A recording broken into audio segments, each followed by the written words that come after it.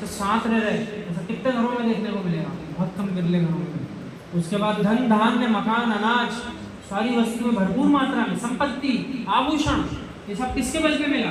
पूर्व में सुपात्रों को दान दिया था, उसके फल से, उसके माध्यम से आपको आज इस वर्तमान काल में ये सब सामग्री देखने को मिल रही है। अगली गाथा 20वीं कह रही है, सुपात्र दान से चक्रवर्ती का वैभव। क्या बन सकते हैं आप? चक्रवर्ती भी बन सकते हैं। उसके लिए गाथा आ रही है, सत्य गरज नव भंडारम सडंग बल 14 नयनम छन्नवती सहस्त्रति विहवम जान सुपत्र दान फलम। अर्थात सप्तांग राज्य, नवनिधि कोश, 6 प्रकार की सेना, 14 रत्न, 96,000 स्त्रियां, और ये सब सुपात्र दान का फल जानो। इसका फल जानो, सुपात्रों को जो दान दिया उसका फल जानो। तो चक्रवर्ती बन करके इतनी विशाल सेना, इतने सारे जीव, 96,000 रानी, 14 रत्न आदि आदि नवनिधियां, सारे भंडार कोश भरे, किसके माध्यम से भरे? उस जीव के। सुपात्रों को दान पूर्व पर्याय में भरपूर दिया था, उसके माध्यम से भरे।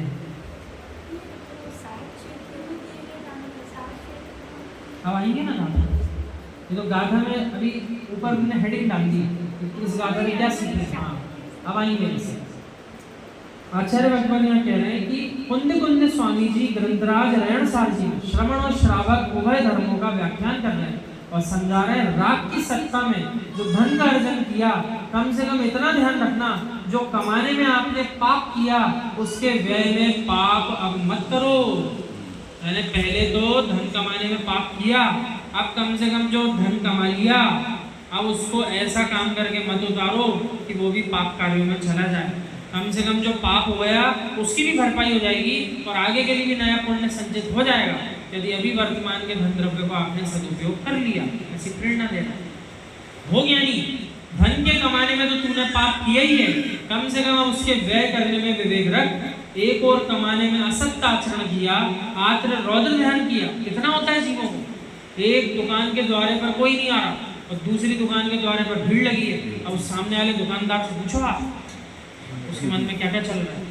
सर्विस में भी ऐसे ही होता है, एक को बहुत ऊंची तनख्वाह मिल रही, दूसरे को नहीं मिल रही, उतनी पात्रता है, अब उस सामने वाले जीव से मिलो आप, हम भी उतनी मेहनत कर रहे हैं, ये हमसे कम मेहनत कर रहा, इसका वेतन देखो हमारा वेतन देखो।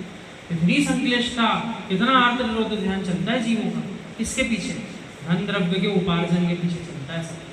तो आचार्य जी कह रहे हैं, जो पाप प्रवृत्ति पूर्वक आपने कमाया उसे पुण्य में भी तो लगा सकते थे, अर्जन करने में भी पाप किया, अब उस द्रव्य का उपयोग भी तूने किया तो अभक्ष के सेवन में किया, क्या करने में लगा दिया? खेती करी। किसकी खेती करी? कंदमूल की खेती कर ली, जमीन खरीद ली एकड़ों से, धन द्रव्य था तो कमाया धन द्रव्य किसके माध्यम से?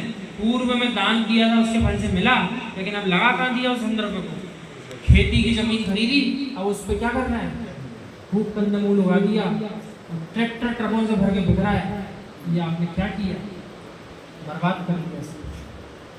धन आया, आपने बोल दिया कीटनाशक की फैक्ट्री। अब जितना आप उत्पादन कर रहे हैं आप कह रहे हैं हम कहाँ इस्तेमाल करते हैं?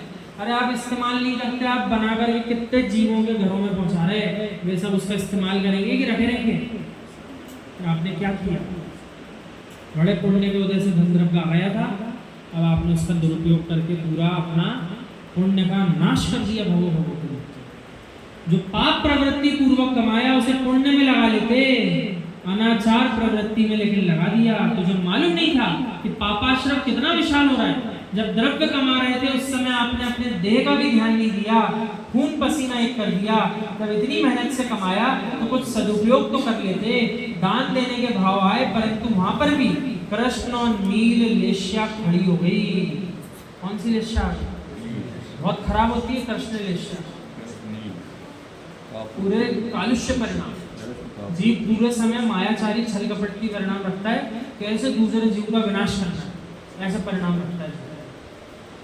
मैं सब कुछ लुटाने को तैयार हूं, परंतु मेरा नाम होना चाहिए, और नाम के राग में इतना लीन हो गया कि जहां दान देने गया था उस पर भी ध्यान नहीं दिया, ये दान जाएगा किसमें? और संसार में भी यही चल रहा है, संसार में चल भी यही रहा है। दान ले रहे जिस नाम से, उस कार्य में दान आपका जा ही नहीं रहा। मान ले रहे हैं कि आप इसमें